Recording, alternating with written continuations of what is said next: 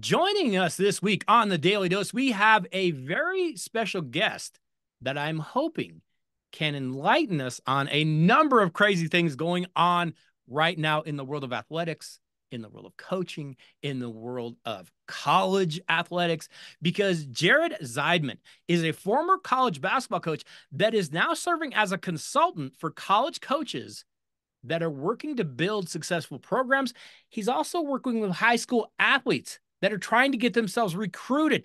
Jared has written a book titled Nail the Recruiting Process, the data-driven gear you need to become a college athlete. Jared, I want to thank you for joining us on the Daily Dose. I'm really looking forward to our conversation. I'm so pumped to be here. Thank you so much for having me, Clint. Jared, first off, give me a little bit of background. You coached at the college level, but I'm going to assume, maybe I'm wrong, I'm going to assume that you played a little too. So I played through high school. I did Yeah. not play in college. Okay. I will be the first person to admit my discipline as a high school student was not where it needed to be an exceptional college performer. But I had always been around basketball people. I grew up playing park ball and I loved it. And then I had an opportunity to get into coaching actually when I was in graduate school. And Okay. I knew I wanted to work in college. I had gotten a scholarship to get my master's degree in educational administration, which was an amazing opportunity. And I met the basketball staff at the University of Buffalo, and they honestly, they changed my life. I loved it, loved the players, loved the coaches. And, flash forward 15 years later, I went into the working world to do a regular job. I missed college basketball. I was invited back in on the women's side, and next thing you know, I'm an assistant coach for a rebuilding Division I program, and I love those kids and I love my staff, and I couldn't have asked for a better journey. Just an incredible journey as a college coach. Jared, you're back at the University of Buffalo. Tell me this. Where is that where you grew up? Are you back in that part of the country? So I'm living in Buffalo now. Okay. I most recently was coaching at Canisius University on the women's basketball side. I grew up downstate New York in Long Island. So I'm one of Okay. those New Yorkers that has lived everywhere in the state. If I'm being honest with you, the only thing I miss about Long Island is the bagels. Oh yeah. Buffalo is my speed. I love the people. I love the local pride. And it's been a great home for my wife and I. Who were the athletes when you were growing up that you were looking at and saying that's the guy. Like that's it Oh, for me.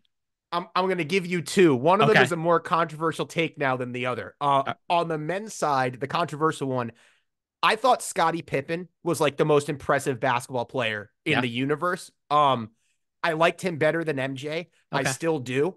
Someone is going to burn me at the stake for saying that out I loud. understand. Uh, but the versatility of his game, Yeah. and I think about every stage of his career, his game consistently evolving all the way to he's quote unquote past his prime, and he's the starting point guard for the Portland Trailblazers. Like his versatility by position was amazing. I loved the way that he approached the game mentally, and I loved his physical skill set. Sure. A flip, my favorite women's basketball player ever, and I don't know if this can ever change, Okay. was Teresa Witherspoon. Okay. Teresa Witherspoon was just a bulldog point guard. Yeah. And I was a young kid when the New York Liberty debuted, and she made me a New York Liberty fan. The fact that she's advancing still in the coaching profession makes me love her even more. Sure. But that bulldog point guard intensity and fire and energy, and I just love both competing and coaching with that emotional fire. And I learned that from her. Well, and that I always ask people that because I always get an idea a little bit of who they are, what they kind of looked up to, what they admire in people. That always tends to come back in the way that they kind of operate. Because I always look at who are you looking at? Who are you kind of looking up to? I always find that interesting. I'll ask you another question. You're growing up, you're playing high school basketball, whatever, or maybe it was just in college or whatever. Who was that coach or that teacher that influenced you the most? Oh, um, for my young career, I'm going to give you two. Okay. Um, Reggie Witherspoon, men's coach at Buffalo. And then once I got to the women's side, Mary Ellen Burt. And I learned different things from each of them. But the biggest thing that I learned, and I think this is honestly maybe the biggest thing I could also convey to young players and parents. There's only about 12 offenses and 12 defenses in basketball. True story. The good coaches are oftentimes not the best innovators, but actually the most effective leaders and teachers. And Reg and Mary Ellen taught me so much about the value of culture. And there are so many other people, like I'm going to forget to name everybody, but there's Coach Quitch, who gave me my in at UB. There's Coach Mike at Union, who's one of the best defensive minds I've literally ever seen in basketball. But when I think of those two people, Coach Spoon and Coach Burt, they were architects of a multi-decade long cultural campaign. And that's what made me sort of want to affiliate with those types of coaches. And that's why, honestly, even though it ended with illness and I couldn't finish it, it's why I was so privileged to be working with Coach Sahar Nusebe, who is so sternly culture first in her coaching. Understood. How was that transition to go into coaching? You said you're at the graduate level. How was that when you stepped in it? Because I know for me, it was a little bit different. I had to adjust. I had to change some things I was doing. Yes. And I'm so grateful for the transition. Because the biggest thing that it taught me is you can have regular professional deadlines in a regular job, Clint. And every once in a while in a regular job, you could get away with maybe not your best effort. Like, okay, I handed you a B and I know it's a B and you know it's a B, but the job is done. When you become so close with really what becomes your surrogate family when you're on a team, you feel compelled to not want to give those people anything less than your absolute best. And I remember the first couple times that I would look at something, even something very silly and frivolous, like just putting together some data as a grad intern with UB and being like, I could do better than this. And I feel like if I give this to them, they're not going to want to give me more. So why don't I just do better than this right now?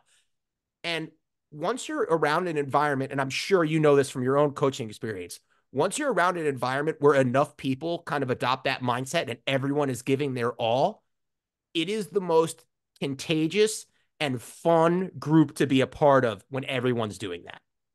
Yeah, that's right. You couldn't be more accurate there. And when there's not a need for someone to tell you to do better. No, it's within me. I want to do better because I want to hit the standard. How it bleeds down to your players, how it bleeds down to your managers, everybody in the program can feel that. Yeah, I agree 100%. It's interesting because I was on the high school level, you were on the college level. We were kind of interacting in that same situation, but from different sides. As a college coach, how were you kind of dealing early on with the recruiting process? I'm assuming, and I'm just guessing, being a grad assistant coming on, they're probably giving you some of that territory, aren't they? Yeah, it shifted. I was much more hands off on the grad side than I was when I started at the D3 level. Okay. On the grad side, it was more about like putting things together behind the scenes, helping with materials, itineraries, stuff like that. Gotcha.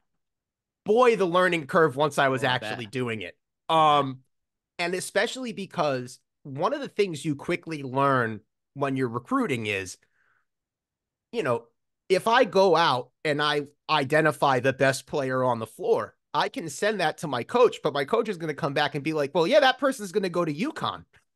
like right. the people that are so clear and cut and dry, better than everyone else, just have 24 Power 5 offers by the time they're in 8th grade.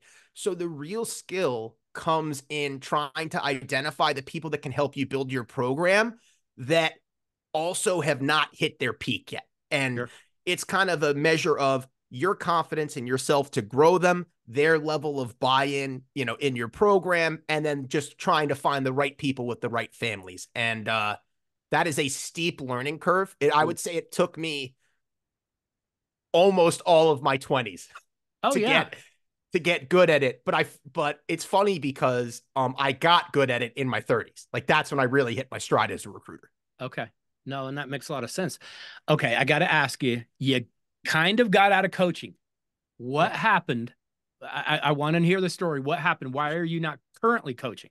Sure. In the interest of not turning this into a 3.5 hour medical podcast, I'm gonna give you the condensed version. Okay. Um, I'll never forget this day because now it's like my vendetta day. It's April 30th, 2022. I tested positive for COVID for the first time. Clint, hand to God, I was completely fine. I did not feel any real symptoms. I had a low-grade fever for a couple days. And then over the next 4 to 6 weeks, some really weird things started happening to my body. I am fortunate to have worked, and I hope to once again work with her down the line, for Coach Sahar Nusebe, who could not have been more understanding. And because of our trust level, I was able to have some really honest conversations with her and basically sort of say, like, I think something's up. I think I need to take some time away and explore this. And unfortunately, some stuff was up. And I'm in a community of people that basically had really aggressive autoimmune responses after getting COVID. Um, and essentially, and you may have heard this from some other coaches, back in the day, there are certain conditions where the big ask of you as a patient is not to put additional stress on your body. Sure. And that coaching is a very stressful job. Yeah. So, like most coaches, I was stubborn, and the doctor was like, here's what I need you to do. I need you to not do this at all. And I was like, no, I'm gonna keep doing it. And then Of course. after trying to quote unquote tough it out for another season, I learned the hard way, and then it was really time to take a step back. So where I am right now, I feel like me. I look like me. I'm thrilled that from a recovery perspective, things are moving in the right direction. It's just going to be a while before I'm cleared to take on the stress of, the travel, the constant adrenaline spikes of being in games. It's just going to be a little while. So that journey, Clint, is what shifted my focus to trying to help on the recruiting side a little bit more. Okay. So that then kind of compelled you to start doing research on the college sports and the recruiting process, and that whole thing was due to this. Wow, you want to talk about some divine intervention here? It sent you down this path.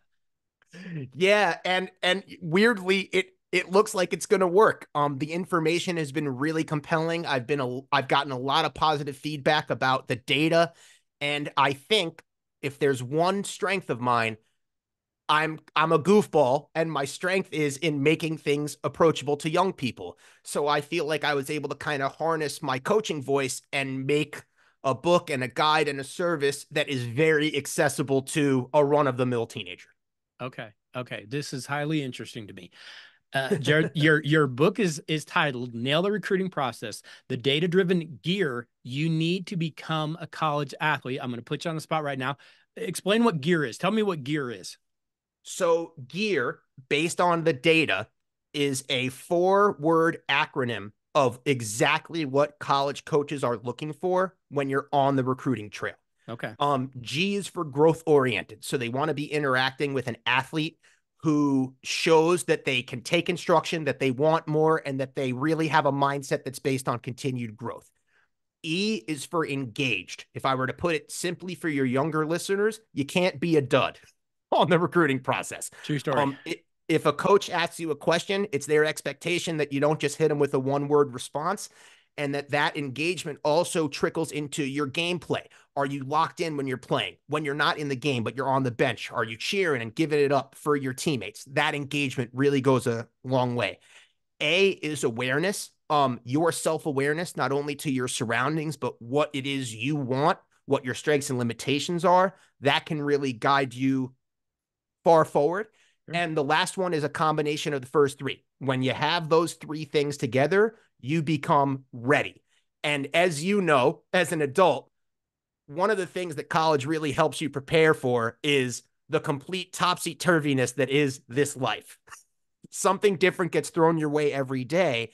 And when you focus on these three strengths, you become resilient, which makes you ready. So gear, and there's a lot of data from my research that supports it, is basically all the soft skills that you need to work on as an athlete that will help guide you through your hard skills in the recruiting process.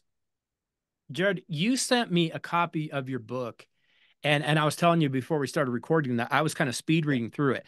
But so Yeah. many of the things that you said and the things you talked about just now, even from a standpoint of being coachable, and I know that that gets thrown around so much. Are you coachable? Are you coachable? Coachable.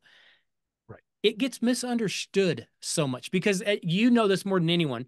How many times have you said to a kid, "Hey," and you're talking to them, and they, "Yeah, yes sir, no sir," the whole, and then they go do exactly what they want to do. You can be as polite to me as you want. You didn't do anything I asked you to do. How coachable are you? So many of the things that you're hitting, you're saying from a perspective of someone who knows. Trust me, you need these things. Right. Clint, I am laughing. I'm you just nailed it. You just nailed it, Clint. And what I would want to explain, particularly to high school kids and their parents, is there's a difference between a college professor and a college coach. The college professor has to take you on and deal with you, and that's their job. The college coach is getting paid to win. And if you're not going to help them accomplish that, you're not going to be on the team. No. And so I want to kind of help young people develop these skills now, because I do not want their best day as a college athlete to be the day that they committed to the school. That's right. I want their best day to be senior day, where they walk off that court with a dub and they feel so much emotion of, wow, this was such a rewarding process. It was a grind, but I got everything that I wanted to get out of it. And I'm so grateful for my coaches and my team. That should be your best day. Yeah, you're exactly right. Jared, there's currently an epidemic of scholarshipitis. I understand it. A college education is so expensive, but I also see parents spending more money than college would have actually costed trying to get that elusive scholarship. And Yes. I have to feel like there's just such a lack of understanding about college athletics and the recruiting process in general, isn't there? So you have just pointed to what I think is actually one of the biggest problems. And there's a name I want to give this, and I'm hoping that I can give this name in other spaces too. All right. I'm describing the problem as concierge services. Oh, that's There good. has been an infiltration of concierge services into the high school sports landscape. And I would describe a concierge service as follows, Clint. You have a child that wants to get recruited. I want you to pay me what seems like an insane amount of money. Like, we're talking $4,000 to $5,000. And I am going to do as much of this process as I can for your child. I'm going to draft the emails. I'm going to be the service. I'm going to break down their highlight tape. I'm going to liaison and introduce them to coaches. And there are enough parents who have scholarship-itis, to your point, that they want to do this because they want to see their son or daughter happy. They are unintentionally walking into a gigantic trap when they do this. You're right. From one side, it's, the side I care about the most is the developmental side. This child is missing out on all of the opportunities to empower themselves and become self-sufficient. If you're a kid and you email a coach and you don't get, a satisfactory response back, I feel for you, but that is also life. When I email a kid and they're not interested in my team, I have to move on. Everyone on both sides hears no more than they hear yes, and they have to learn how to be resilient to get through that no, Clint. So that's one side. But the other side, which is, I think, the bigger problem, is these kids then show up for college and they're completely unprepared. Yeah. They have absolutely no idea what college sports actually looks like. And the scariest piece of data, in my opinion, from my book is I asked the coaches, and it was half scholarship level, half non-scholarship level. Just on a scale of 1 to 10, how ready are these kids? Like, how much do they get it? And the average response was a 3.5, not just at the scholarship level, but also at the D3 level. So what I'm trying to do, if I'm being honest, is I kind of want to be a disruptor. I'm confident that if I heal enough, I can be back to coaching. I'm confident enough in my skill set. Okay. So for now, this is not about me becoming like the Grant Crilly real estate tycoon of the recruiting space. This is more about me saying, I'm not a concierge service. I want you guys to learn what it is you have to do, and I want you to do it on your own. And I want to empower you with the skills to do it. But if you don't figure out how to do this now, the odds are that you're going to show up on a college team and it's going to be too late. That's my big fear. Well, and you bring up so many good points there. We used to say in high school coaching, and obviously we're, that level down, kind of the same thing. I don't want to be your shot doctor that has to follow you around and teach you the mechanics. I want you to be able to self-analyze and say, I can fix my shot myself because I learned how to do that. It sounds like you're doing something very, very similar here. What do you wish more young athletes, as well as obviously their parents, kind of understood about this process? I'm sure there's a million. I'm probably asking you to rewrite your book here, but is there a specific thing that you look at and say, I wish they would just understand this? Yes. I'm going to give you one. And since you can speak my basketball language, I'll give you basketball as an example. I love it. If there's one thing you take away from this podcast, kiddos, hear this. I can watch you shoot the ball once, and I don't even care if the ball goes in. I know if you're a good shooter. I can watch you do one crossover dribble, and I know what your dribbling looks like. I can watch you defend one quick kid once. Yep. As soon as you do that, I'm watching your attitude. I asked 50 coaches what they were watching for besides play. All 50 out of 50 said it was something about attitude, whether it was body language, resilience, whether or not they're looking into the stands at their parents before they look to their coach. I want you all to understand that the biggest differentiator in this process, and I'm talking every level from JUCO to D1, it's not your talent, it's your attitude. I want to say something, but I kind of just want to let that just sit and simmer for a minute. I honestly, because you couldn't be more right. And we would talk to our kids about this, saying, you have to understand there are 80 other high schools of our level, not counting all the high schools in the state, just of our level in this state. There's 1,000 other kids just like you. What separates you from those other kids? Because they can cross over. They can shoot. What do you do different? It better be something kind of intrinsic that you bring to the table, because if it isn't, I can find a million other kids. Maybe one has better grades. Maybe one has I don't know, their mom and dad own a pizza shop. Whatever it is, you better find what it is that you're bringing to the table, because there's a lot to choose from. Let me ask you this then. We're talking about attitude and we're talking about what is it you bring to the table, but I would imagine that you've seen, just in the time that you've been doing this, how much has this recruiting process changed? It's just changing dramatically every day, isn't it? Yes. And I don't want to get too much into forecasting, but the impression I have, Clint, is that the pendulum is now at one extreme side and it's about to hard swing back. And I do not think the high school athletes are ready for it. And if you'll indulge me, I'd like to give you one specific example, because obviously the two big things that are happening in the trends right now are with NIL and the transfer portal. Correct. Here is what I want more parents specifically to understand. Both of these things were measures that were taken, I believe, with merit to better empower players and make this more equitable for players. What parents and young people failed to calculate, however, is you then just gave every coach the authority to completely reshape their roster every year. Right. And the shift that gets made is, if I was a coach that was hired and maybe they projected like, hey, this is going to be like a 6-year rebuild. Well, now you could do it in 2. Right. You can reshape your roster every year. Now, is that the way that I would want to do it with, my holistic leanings? No, but I could also tell you that because the door is now open both ways, and now young people are transferring up and across and not just transferring down, the unintended consequence is, let's say you're a talented high school kid, but you don't have that EQ that you were just talking about, Clint. You don't have that attitude. You can't hold a conversation.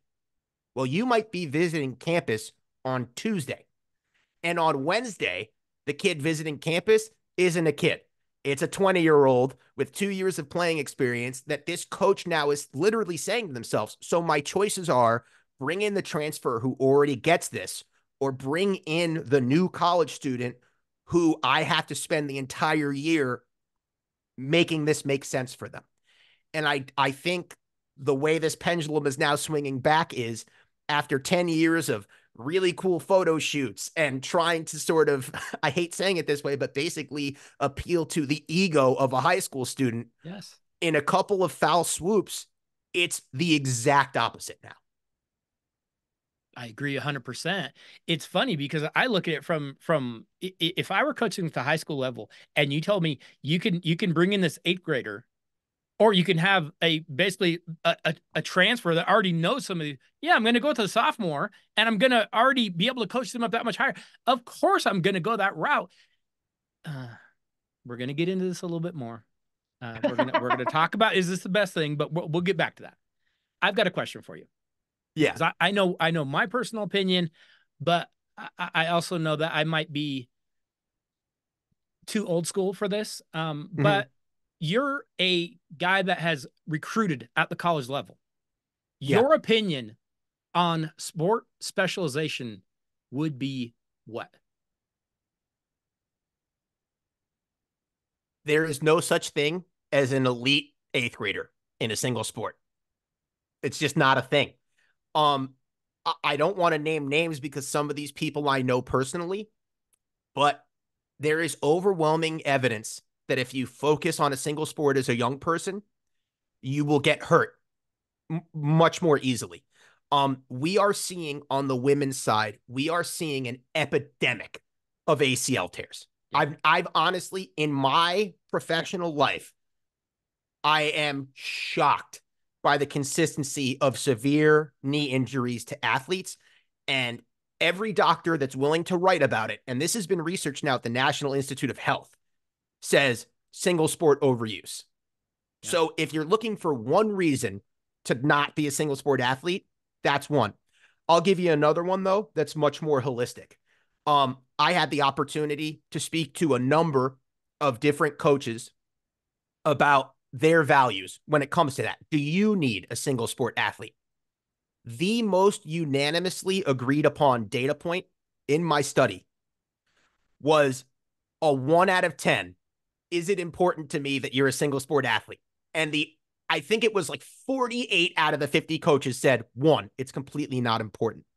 The follow-ups to that, to give you some specifics, I had a number of both former athletes that I interviewed and coaches that I interviewed that told me their biggest mentor was actually from outside of the sport of basketball. People that taught them how to overcome specific adversity because maybe they weren't as good in the other sport they were playing, or they had to learn how to lead differently or use a different part of their voice because they weren't playing a sport that was as up and down as basketball was. I implore you, young people, explore whatever it is you're passionate about. Multiple current players on the team that I just stopped coaching were all conference players in other sports in addition to playing basketball. And it's kind of funny. I'll be honest with you. Like, it's funny to see this, the 6'1" power forward that you recruited playing soccer. Yeah, it is. because like I'm on the field watching this kid. I was like, wow, she really stands out. I feel like she could run over these kids. So of course she's a good soccer player. Like, it's really fun to watch, but I could not be more strongly aligned. And I hope that you and I are in alignment about this. Do whatever you want as a young person. You only get it once. And I have found in my experience that a single sport focus tends to do more harm than good.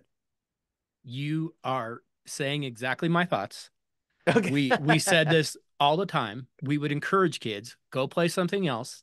If you're that kid that is just a psycho about your one sport, that's all you do, I understand. I get it. Mm-hmm. But if you have those thoughts of, hey, I'm going to try this, I'm going to see if I like this, go do it, because I hate to point this out.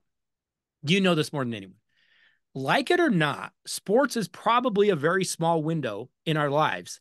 And so much of what you're going to take is going to affect you later in life, you might want to learn how to deal with different people and deal with different bosses and deal in different situations. Like you said, I'm not the best player in this sport. That's good for you. It's good for you to not be the best player every single time you step out there, because it challenges you in different ways. It's just going to help you in your life.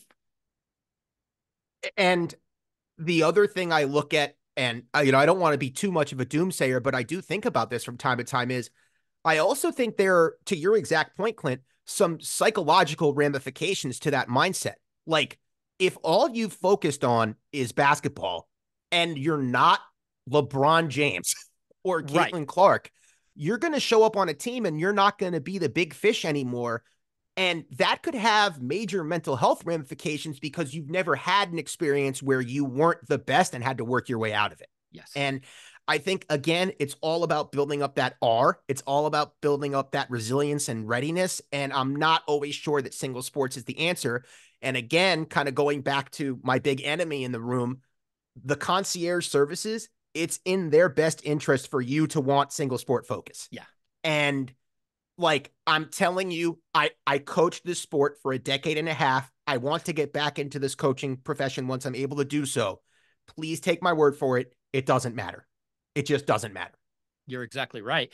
And I used to always tell my parents that would come to me and say, I would always say, and I hate to sound this way, it's going to sound bad. Consider the source who is telling you to specialize. Always consider that source, because usually, I won't say every time, but usually it's someone trying to make money off of you. It just is. Yeah. I'm sorry. I hate to say that. That's exactly it. I don't want to, I don't want to put down the AAU coaches, and I get it and I understand. And at the same time, you're charging me $4,000 for a summer league that I've still got to pay expenses to travel. So yeah, you might be making some money off of me. Yes. And I will say, to spare a little bit of the vitriol just towards one direction. Sure. There are college coaches that are guilty of this too. One of the interesting data points of the book is one of the things college coaches are actually most concerned about in the recruiting process is each other. And I can tell you from experiencing it, there's a quote that's used a lot in our profession, and the quote is recruiting lazy. And what recruiting lazy looks like is coaches that are just on social media sort of scanning when a kid gets an offer. And because school X offered this kid, now I should start talking to this kid. Or they're just looking for highlight reels or waiting for maybe the other party to take initiative. And what ends up happening is in terms of systems thinking, the worst parts of the system on both sides feed each other. So lazy recruiting college coaches make AAU more important than it should be. And then I have met, I'm being serious, 25 to 50 of the most phenomenal basketball minds I have ever met that their hearts are in the right places are from my favorite 25 to 50 club and AAU programs. But they get drowned out by the promotional experts and the people that feed the lazy recruiters. And I'm just hoping that as this pendulum shifts back, we can disrupt that cycle a little bit. Yeah, you're exactly right. If you're looking at talking to kids, talking to parents, one of my biggest problems, and I know that you address that in the book, is the expectations that you have. And I would talk to a kid, and I'd be say, hey, what are you thinking as far as college? What kind of level are you looking at? And you'd have a kid that was 8th man off the bench, not really getting to play.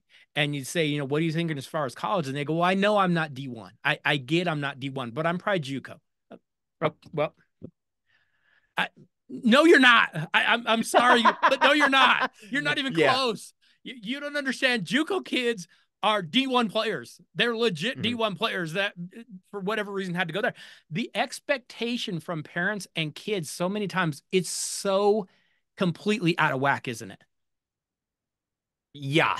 And I want to blame a lack of information sources, but the truth is, the more I interact with really good information sources, the more I'm like, oh, there's actually like some denial here. And I think like this is actually, to your point about the expenses of it, I think it sort of creates an okey doke which is I spent $4,000 on my kid to play AAU this summer.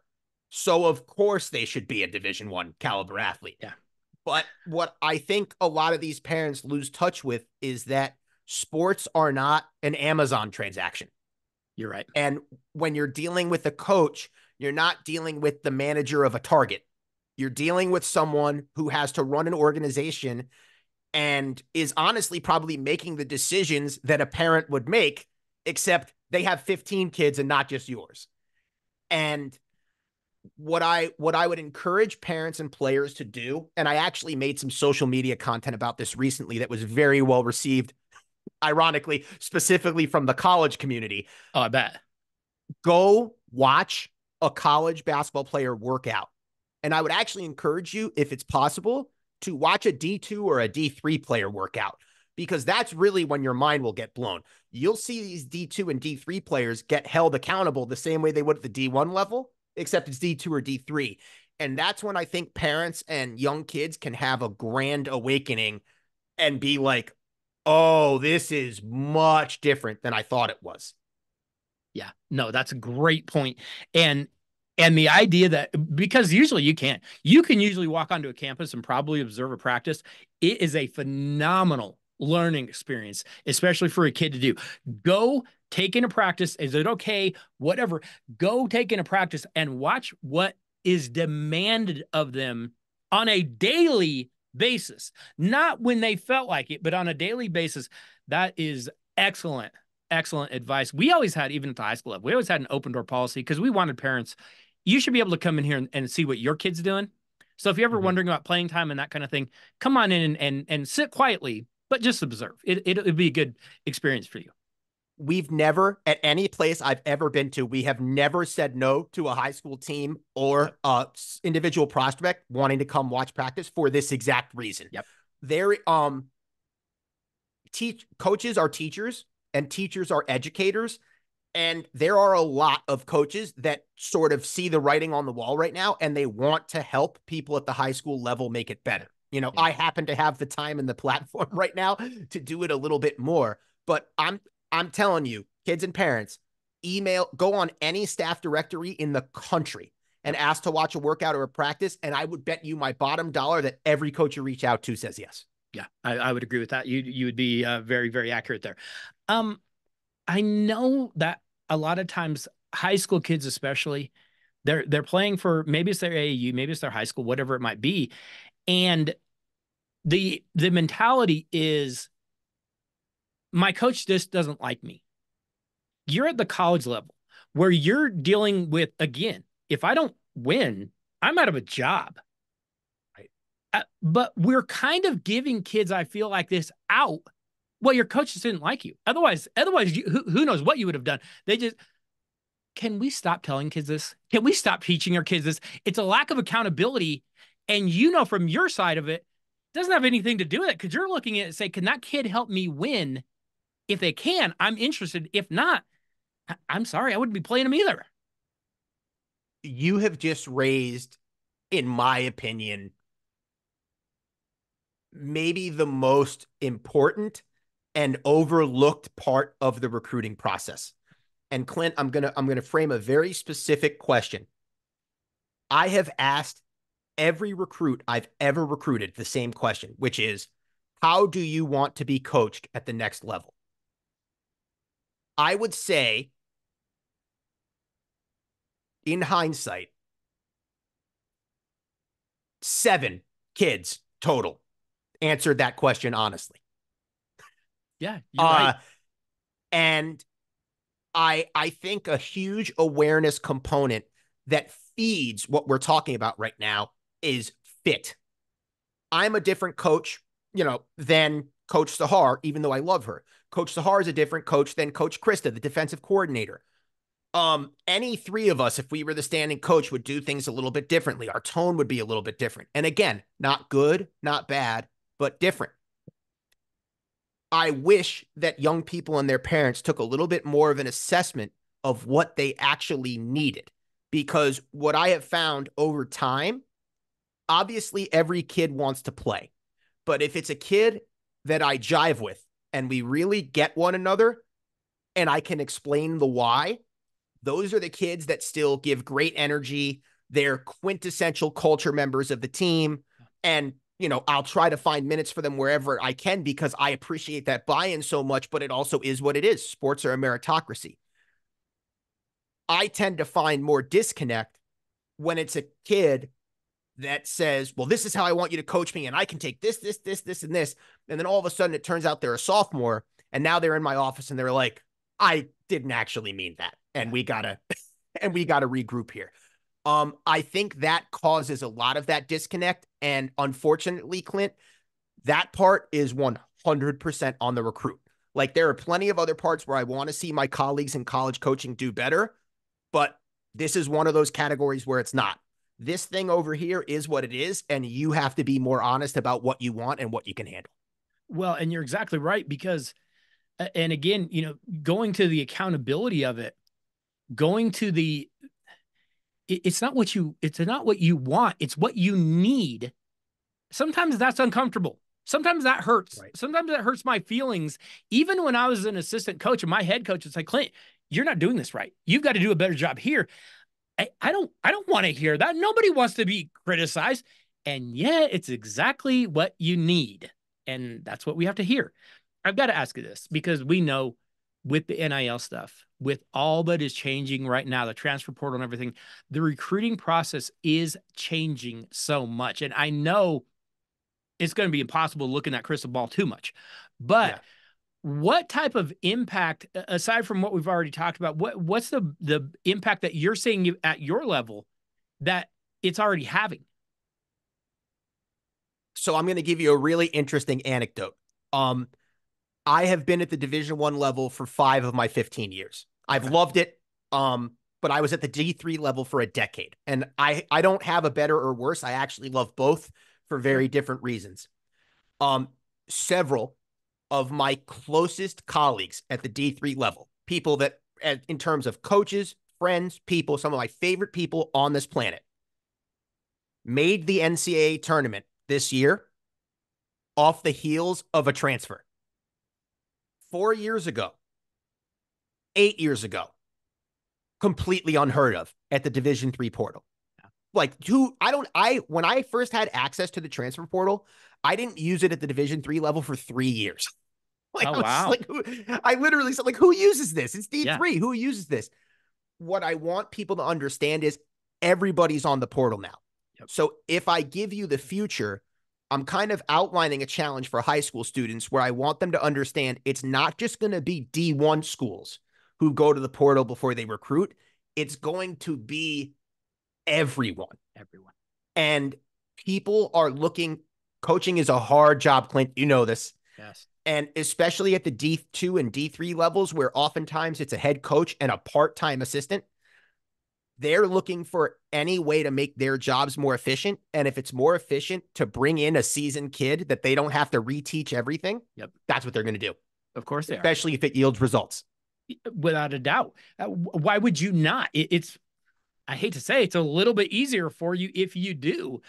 Right. What are there other, besides just NIL transfer portal, are there trends that you're seeing that young people really do need to be aware of, that you're looking at and saying, maybe not being talked about, but I'm seeing this happen?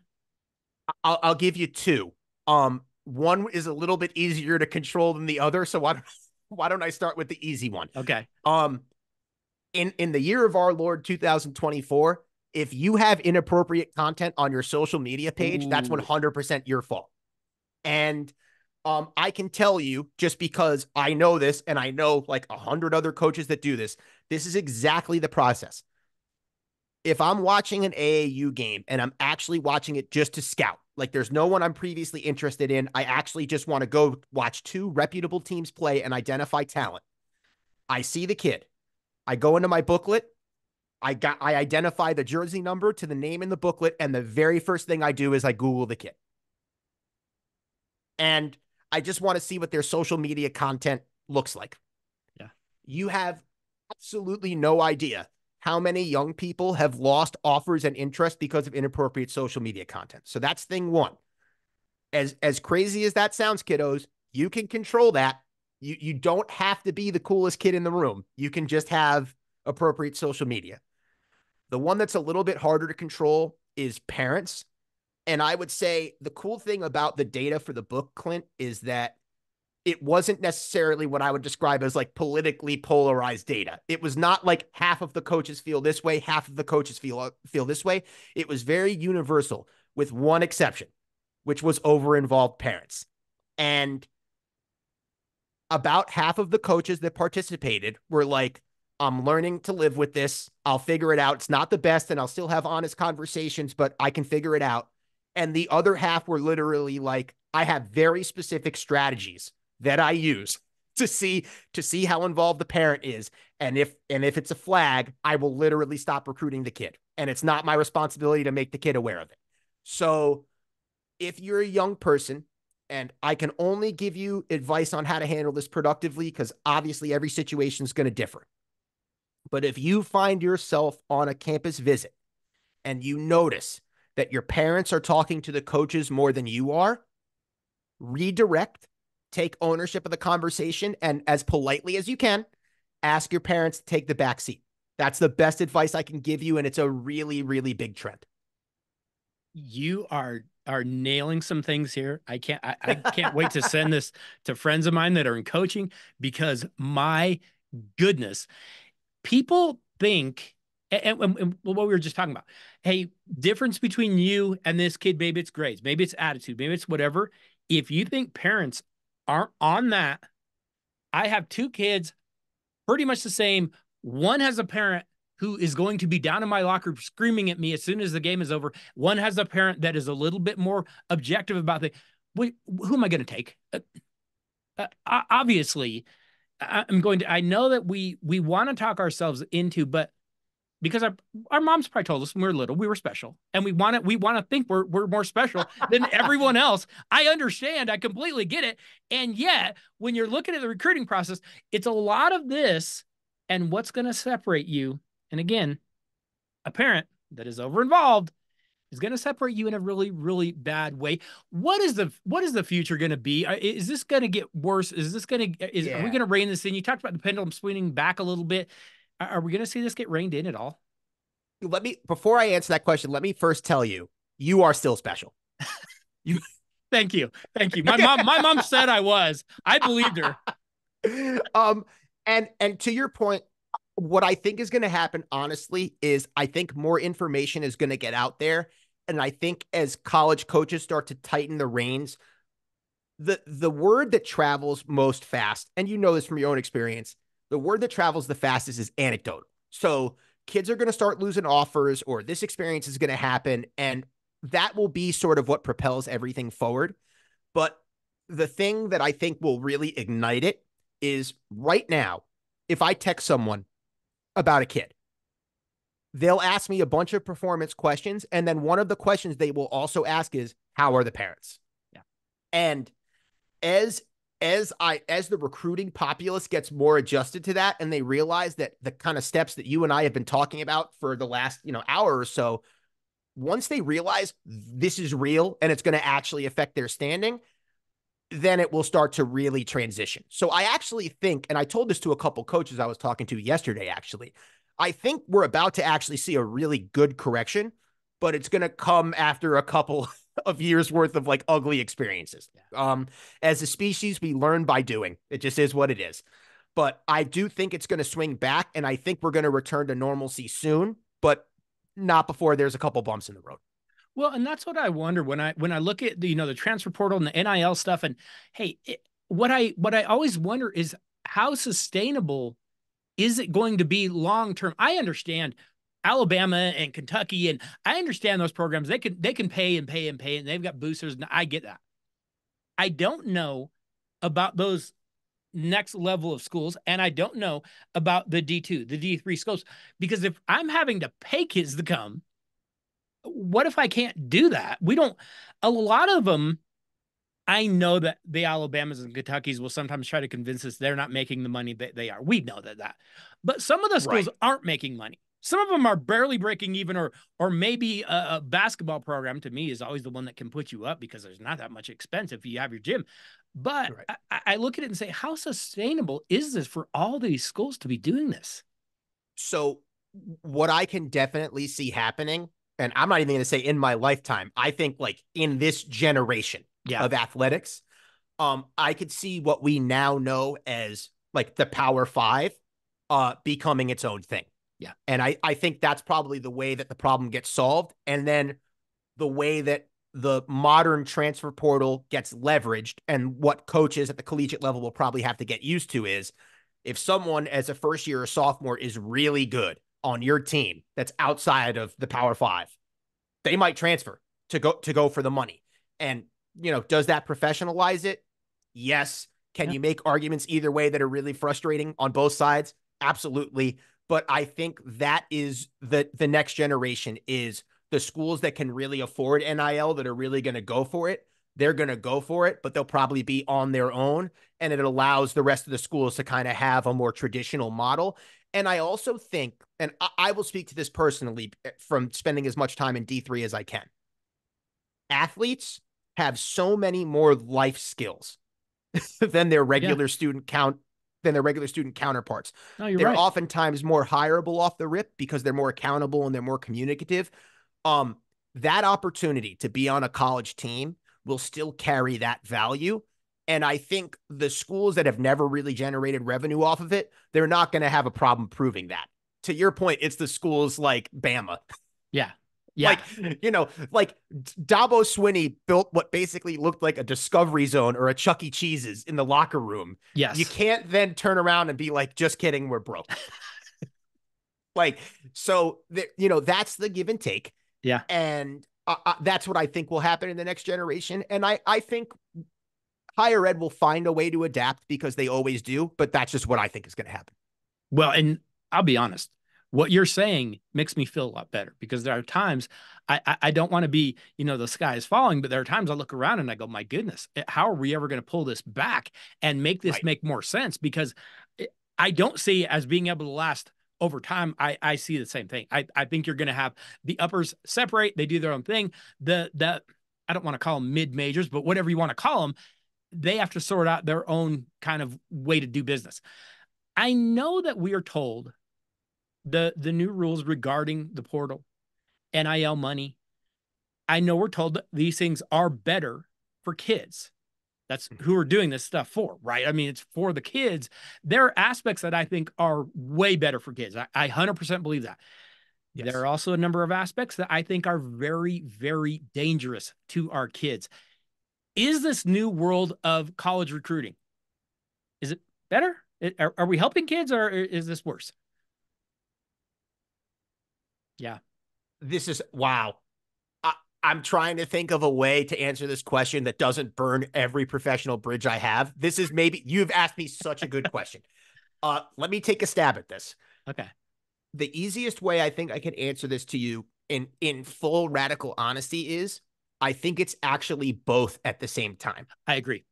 I think that anytime you have an opportunity to financially better your life, you gotta go for it. We're all trying to do that, right? Yeah. And I think that that's the intent. But what I think about, and if you've ever undergone a leadership training, and young people, maybe you will down the road, there's a phrase that is intent versus impact.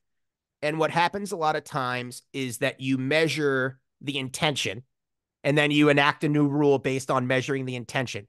And it's not until you've actually seen that intention sort of running in the wild for 5 years that you get to sort of empirically gauge the impact. My fear is a little bit different than most people's. As a coach, my fear is that the impact is that no one can ever actually be happy where their feet are anymore. If I'm a player, I can't actually be happy with my current team because I'm just thinking about the next place I want to transfer with, and I want more. If I'm a coach, I'm thinking about the next opportunity because maybe I have an opportunity to get to that level, and I want more. And I just want people to be happy where they are because here's the reality. If you are a college athlete at anywhere, D3, D1, JUCO, you name it, that puts you in the top 4% of athletes in that sport on the planet. I'm sorry, kids, I can't account for Mars yet. But Yeah. you're so good already at what you do. Yeah. And I worry that this system immediately focuses you on all the wrong things besides, hey, this is a good thing. Yeah. Yeah. No, I think you answered that in a very, very well stated way. I have some similar worries. I worry about kids that fall through the cracks. I worry about a lot of kids put their name in the portal. We'll be honest, they're never heard from again. They never will be heard from again. I think, and I understand it, but I do think because of the money, I do think sometimes we devalue the education that you are getting because we say, well, who cares about the education? We're trying to get paid and the education will feed me. I understand, but the education is eventually going to feed you. And so I'm 100%. always like, please don't undervalue it. Understand that I get you should be getting paid. These universities, a lot of them are making a ton of money. You should get a chunk of it. I get it. And yet let's not make it where it's just a farm league system because you're not going to play forever. I couldn't agree more. And if I'll give you my hottest take, which is the NCAA did this to themselves, 100%. particularly when it comes to basketball and football. Yep. The minor league systems of baseball and hockey are so efficient. They allowed kids to play in juniors, dabble in the pros, get feedback, go back to college. The NBA and the NFL have no problem whatsoever with not having their own farm systems. And the NCAA made so much money for such a long time being the farm system that they never once thought about what this looked like at any other level outside of the Power Five. And now they have to have a reckoning with it. And, you know, as a coach, sometimes it's fun to point at them and laugh. Well, it is. And the reckoning is going to be they're going to go the way of the Etzel and the Dodo because it's eventually the NCAA is not going to probably exist again. Probably not that far off. It is going that direction. When we hear that judge in Tennessee and Virginia talking about, hey, if one state went this way, then all state, you guys don't really have any power. Yes. Okay.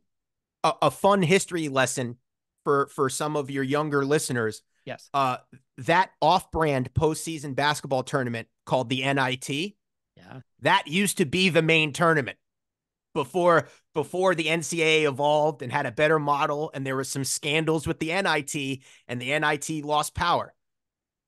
I think the people at the NCAA are acutely aware of that example. They had better be, because if you think it can't happen, history says that it can. Jared, I've got to ask you, where can listeners go to contact you, to get information, to seek help in this process? You have so much information that I want people to be able to get. Where's the best place to go?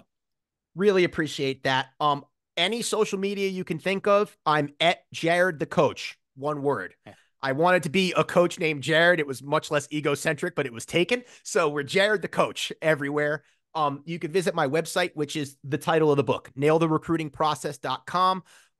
I'm trying to be as accessible as possible. So in addition to some of my paid coaching resources, there's also free resources on that site that are going to constantly be cycled through. I want to be able to meet anybody wherever they are, regardless of their financial situation. If you are a parent, if you are a grandparent, if you are a friend, if you are a player, if you are a coach, I highly encourage you to go find Jared. I'll put links on the Daly Dose website. I'll put it with the podcast. I encourage you, go over and take a look at some of the things that he is doing over there. This is stuff that is absolutely going to help people. And I always talk about it here on the Dose. We see so many times kids will go out to a playground and play and they'll have fun. And if you want to screw it up, get adults involved and have them go out there, because that's the first thing they do. Jared is going to talk people through and explain how to keep the adults from screwing it up for the kids, because that's just what they absolutely do. Jared, I've got to ask you one more question before I let you go. Sure. Give me some insight. I can't top what you just said, by the way. I can't top it. Just know that in advance. It's 100% true. You are a college coach. I'm still going to put that on you. You're a college coach. Sure. You watch. I don't know what side you're watching, if you're watching the women's, if you're watching the men's more. I have a background in both. I've done a little bit of both. Sure. Who are you liking? Who are you liking? This tournament is coming.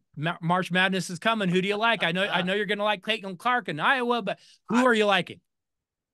I'll give you the women's side. I'm grossly underprepared on the men's side this That's all year. right. That's all right. What do you got on the women's side? Because I'll cover the men. You cover me on Yeah, the women's side. What do you got? perfect.